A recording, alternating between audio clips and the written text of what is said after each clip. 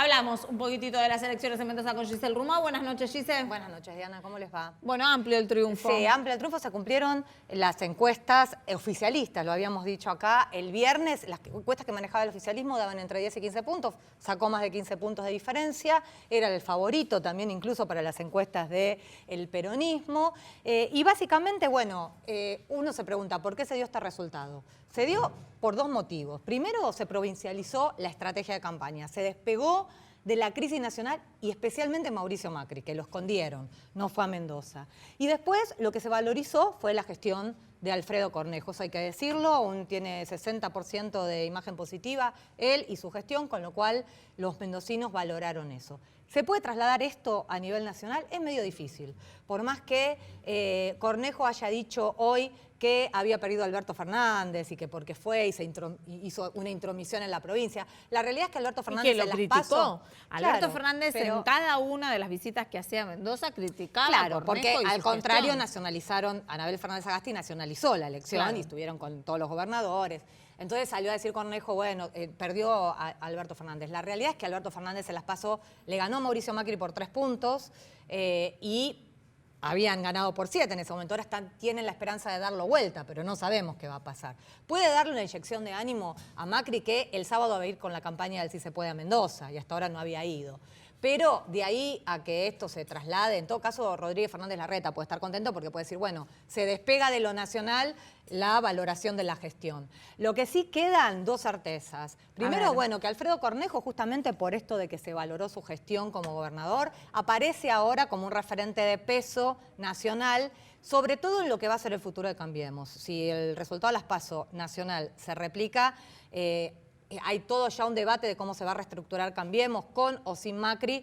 Bueno, Alfredo Cornejo va a tener seguramente ahí un rol destacado. Y también se fortaleció la UCR, viste que decían, claro, déjenos festejar solos, no mandaron a nadie del gobierno nacional, porque, bueno, igual, ganó un gobierno radical y ellos también dicen que se imaginan, lo que se imaginan es a Cornejo, Morales, Lustó y Prat Gay, terciando ahí con Rodríguez Larreta y María Eugenia Vidal como los futuros protagonistas de lo que puede ser la Alianza Cambiemos. Igual a mí me sin llamó Marcos mucho la Peña. atención, si me permitís, Gise, que igualmente Suárez como ganador, una vez con un amplio triunfo en las urnas y demás, mencionaba constantemente el cambio a nivel nacional por parte de Cambiemos, el reflote de las instituciones, como que en algún punto, ahora con el triunfo asegurado, pero lo también, traen a pero Macri. también porque Alfredo Cornejo va de candidato a primer diputado nacional en octubre y va pegado a la boleta de Macri. Entonces, de alguna forma, quisieron nacionalizar algo, pero a futuro, porque también Cornejo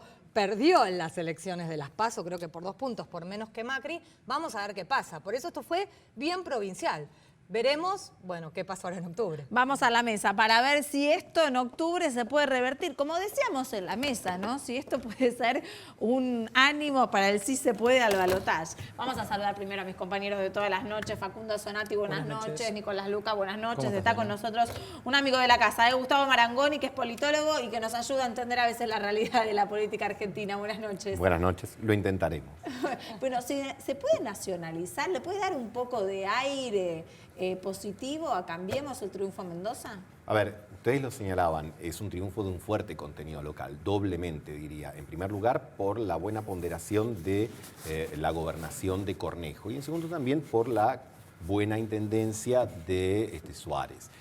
Ahora, me parece que ahí privilegió lo local, como te diría, en casi todas las elecciones provinciales que se dieron este año. Recordemos que hubo 16 hasta ahora, en las cuales en 14 triunfaron los oficialismos y solo en 2, en Santa Fe y en Tierra del Fuego, triunfaron movimientos opositores. Yo te diría, plantear Mendoza como una posibilidad de nacionalizar y es como estresar mucho el argumento, pero entiendo que el oficialismo lo juegue porque se supone que, bueno, todo vale, digamos, en esta campaña electoral. Ahora, sin embargo, en las elecciones del domingo aumentó el caudal de votantes en Mendoza. Entonces, uno puede, en cuanto a lo que fueron las primarias, uno puede creer que por ahí, por ese lado, también puede llegar a aumentar un porcentaje. ¿O ese votante no necesariamente sea de Macri? Hay en general una tendencia a nivel nacional respecto en octubre a agosto que vota más gente, Pensemos que en agosto votó, en el orden nacional siempre hablando, el 76% del padrón, y algunos especulan que eso podría subir hasta el 81%. Ahora, aún así, bastante. el 80% de esos nuevos votantes debieran hacerlo por Juntos por el Cambio, y también debieran hacerlo un promedio del 70% de las otras fuerzas que no son el Frente de Todos, para que se equipare el resultado y haya posibilidad de balotaje. ¿Crees que la campaña que está lanzando el gobierno del sí se puede, ¿no? Y casi evangelizando, digamos, porque es difícil esto, le habla a los propios, pero les pide que se multiplican los votos. ¿Sirve el cambio de discurso de Macri? Pasó de hacer el esfuerzo de no hay plata, de tenemos que ser austeros y el déficit cero, a vamos a crecer, vamos a aumentar los sueldos, ahora viene todo lo mejor. ¿No puede perder los votos propios con eso? El problema es el contexto, que probablemente no ayude a fortalecer eso. Pensemos que desde agosto hacia aquí, digamos, han aumentado los índices de inflación, se espera para septiembre un guarismo cercano al 6%, acabamos de conocer hoy los índices de pobreza, que en realidad reflejan el segundo trimestre de este año, es decir, son previos a la última devaluación. Entonces, el contexto hace, si se quiere, más difícil esto. Yo creo que cuesta establecer un vínculo entre la marcha del sábado, donde claramente había un Macri que jugaba de local y donde está, claro, si se quiere, en su zona de confort, en aquellos que realmente tienen mucha confianza en su liderazgo, con los que hay que persuadir, que ya vienen, si se quiere, muy castigados por, sobre todo, los efectos de la corrida cambiaria que comenzó en abril del año pasado y que presenta sucesivos capítulos y que no se ha detenido hasta el día de hoy. Claro. ¿No estamos nuevamente ante una campaña con ausencias de cómo hacer las cosas? O sea, lo escuchamos a Macri diciendo estos últimos días, vamos a crecer, se viene, ¿cómo? Lo desconocemos. Alberto Fernández, por su parte, también dice, tenemos que cambiar las cosas que no están funcionando, tenemos que poner en marcha la economía, tenemos que hacer un montón de cosas. ¿Cómo? Y el cómo, cuando vamos al cómo económico, tenemos la versión de un sector, la versión de otro, de acuerdo a las entrevistas. ¿En base a qué estamos votando? En general, no solo en nuestra democracia, sino en las democracias con las que uno más o menos alterna o sigue, Occidente, América Latina, Estados Unidos, Europa, hay un alto grado de consignas y no demasiado énfasis en la explicación. Creo que por muchos motivos. En primer lugar, porque cuando uno abunda en el nivel de detalle, empieza a entrar en un terreno mucho más farragoso, en el cual tiene que dar explicaciones muy puntuales que puede terminar alejando a posibles votantes. En general, los partidos que son altamente ideológicos y tienen poco caudal de voto te dicen hasta el mínimo porcentaje de lo que van a hacer, etcétera. Bueno, pero teorema de Baglini por medio, porque están muy alejados. Creo que, vos fíjate, no sé, campañas como la de Trump, hagamos América grande de nuevo, y a lo mejor era el muro y alguna cosa más, pero no era tan preciso, y podríamos hacer el repaso. Creo que son apelaciones a la confianza, aquello que un politólogo argentino, ya fallecido, pero Guillermo Donel me refiero, decía, bueno, son democracias delegativas, hay una suerte de decir, confían en mí, en el candidato que sea, y yo seguramente con mi equipo tendré la capacidad, la sensibilidad, la oportunidad y el mérito para poder resolver estos temas. Entonces hay como una delegación de confianza que se basa en muchas cosas, en cuestiones argumentativas, en cuestiones de pertenencia a determinados grupos sociales, a historias, a culturas políticas. Ahora, esto, yo me cuelo un poquitito en la pregunta de Nicolás. ¿Esto tampoco va a aparecer en los debates presidenciales que ahora son obligatorios? ¿Tampoco va a aparecer las ideas y el cómo van a resolver? 6 candidatos con una enorme cantidad, no sé si son 6 áreas temáticas por cada uno de los debates, todo eso en el lapso de 1 hora y media, y en cada tema cada uno tiene entre 40 segundos y 1 minuto. Yo te diría que vas mucho más por el efectismo que por la racionalidad argumentativa, porque tampoco dispondrías de tanto tiempo para hacerlo. Lo decís, a ver, ¿qué tipo de reforma impositiva pensás vos si fueses candidata? 40 segundos.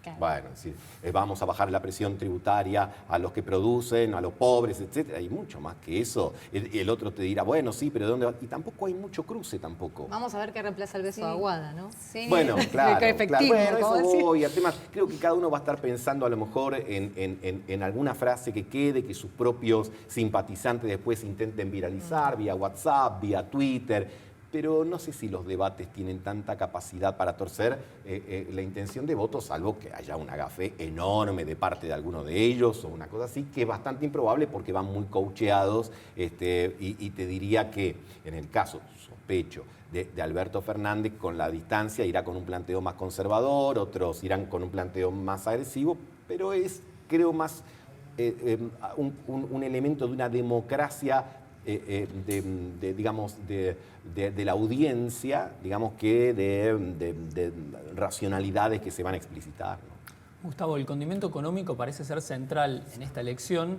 pero también no es un arma de doble filo para el que llegue, digamos, si llega Macri o continúa Macri o llega Fernández. Yo te diría que es la gran preocupación que tenemos todos. Sabemos que desde hace más de un año y medio estamos caminando por el borde y del lado de afuera. Digamos, es una situación más que precaria. Después discutimos si la culpa es de la herencia, etc. Pero que es una situación hiperdelicada porque tenés el tanque de combustible que cada vez tiene menos y que sigue drenando. Así que la pregunta es, ¿con cuántas reservas vas a llegar? ¿Con poquitas o con nada? Tenés los mercados internacionales de crédito cerrados y los mercados domésticos muy difíciles. Frente a eso tenés los indicadores que acabamos de conocer, pobreza, empleo, etc. Así que claramente estás en una situación muy compleja y el que gane va a tener que hacerle frente a una situación que requiere renegociar la deuda. En eso están todos de acuerdo, en la necesidad que es un punto que yo tomaría como positivo, vamos a decirlo así, dentro de este contexto difícil, que oficialismo y oposición te dicen hay que renegociar, reperfilar, reestructurar, pero tiene que ser de manera amigable. Es decir, hemos aprendido de la experiencia que eso de declarar default con papel picado, serpentina y espuma no suele ser bien tomado por el mundo. Así que, en todo caso, manifestás que tenés voluntad de pago y decís, bueno, reconfirmemos cosas porque capacidad de pago no tenemos, pero si nos dan tiempo, queremos pagar. Hay un mensaje de Alberto Fernández diciendo, bueno, no queremos quitas, queremos tiempo. Eso calma algunos. Nosotros podríamos pensar entonces ahora en una situación más amplia en la que, bueno, vamos a hacer un detalle en el segundo bloque sobre los datos de la pobreza, pero hoy salió el dato de la pobreza y es abrumador, caló profundo, como decía yo, en la venta y a la vez la victoria que tiene Cambiemos en Mendoza. ¿Esto puede llegar a equiparar algo o es...? No, si el concepto es equiparar, me parece que no tiene tanto volumen o peso específico como para equiparar. Insisto que el oficialismo es lógico que lo trate de utilizar en el contexto de una campaña que justamente tiene como tagline o como estímulo, si se puede. Es decir, si vos estás planteando que sí se puede, estás planteando que es una tarea difícil y compleja, ¿no? Y esto es evidente porque contás con relativamente poco tiempo para cambiar expectativas y también, como se dice habitualmente, las negras juegan, los otros mueven también. Entonces te dirán, bueno, pero recién ahora planteás esta batería de medidas, ¿por qué no la pensaste antes? Así que vendrán, pero también es lógico que el oficialismo lo intente porque a nadie se le ocurriría que ningún candidato oficial antes de una elección va a decir, bueno, la verdad que esto no veo con poca posibilidad. ¿Qué va a decir? Va a tratar de contagiar entusiasmo. Hoy Alberto Fernández le hizo un homenaje al ex procurador Esteban Rigui, a quien Cristina echó de muy mala manera. ¿Qué lectura haces de este hecho político? ¿Es un intento de diferenciación, de independencia de Cristina Kirchner o no? Me parece que Alberto Fernández, no solo en este evento, sino en distintas oportunidades, trata de reforzar que él fue elegido no a pesar de las críticas, sino también por las críticas que hizo, como una forma de plantear que, bueno, no se puede volver al pasado y tratar de aventar algunos fantasmas que una parte de la sociedad sigue teniendo respecto a la experiencia concluida en el año 2015. Entonces dice, bueno, mira, hay cosas que estuvieron mal y no las queremos volver a repetir. Eso creo que lo ha llevado antes del 11 de agosto y ahora sigue a jugar más de visitante. Ya que estamos en la previa de un superclásico, te diría, la idea es jugar más de visitante, prestarse a dialogar con las organizaciones de la mesa de enlace o ir a un evento de Clarín o darle entrevistas a periodistas que han sido duros respecto de la experiencia kirchnerista como una señal de decir, bueno, hemos aprendido algunas de las lecciones y vamos a modificar eventos del pasado. Creo que está claramente esto de hoy también en esa línea. ¿Pero eso no significaría una ruptura con el kirchnerismo o una diferenciación total con Cristina Fernández de Kirchner? Bueno, una lo que pasa es que en realidad fue la propia Cristina la que postuló a Alberto Fernández. Entonces uno podría decir, ella advirtió que su biografía política, ella lo advirtió en mayo, era un límite para ir a buscar votos porque tenía un piso muy alto pero un techo muy bajo. Entonces postula a alguien que fue un duro crítico de muchos aspectos y que además sigue diciendo, no, yo no cambio mi opinión y mis críticas. Después, por supuesto, habrá que ver porque no hay tantos antecedentes en la historia política argentina de funcionamientos consociativos en materia de poder. Nadie duda que Cristina es una personalidad política de un alto peso específico y habrá que ver cómo funciona esto de una vicepresidente que tiene mucho más respaldo que el que supone requiere la figura de un vicepresidente que hasta en términos institucionales es una figura rara porque no es parte ni del Poder Ejecutivo ni del Poder Legislativo. Claro. Es decir, en el Poder Legislativo no puede hablar, en el Ejecutivo, salvo que se le delegue alguna responsabilidad específica, no las tiene, y además hay otras fuerzas, porque está Massa, el Frente Renovador, Solanas, etcétera, otros que han ingresado, y bueno, hay que ver cómo funciona eso, pero eso ya es prácticamente entrar en la ficción especulativa, no tenemos muchas herramientas. Hablando de ficciones especulativas, sí. Imaginando otro escenario, el gobierno apuesta, el oficialismo apuesta a un balotaje. Matemáticamente es posible.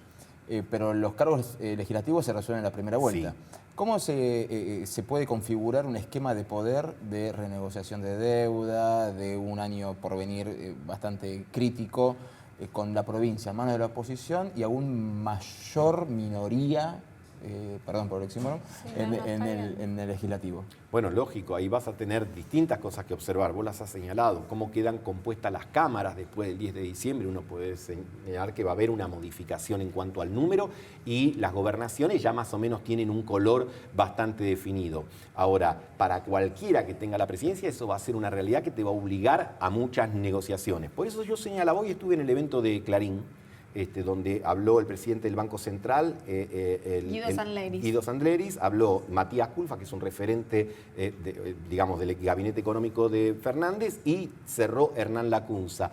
Y tuvieron coincidencias en algunos aspectos que yo diría esto hay que anotarlo, porque en una Argentina donde estamos muchas veces buscando las rupturas, hubo coincidencias. Coincidencia en la necesidad del superávit fiscal. Ajá.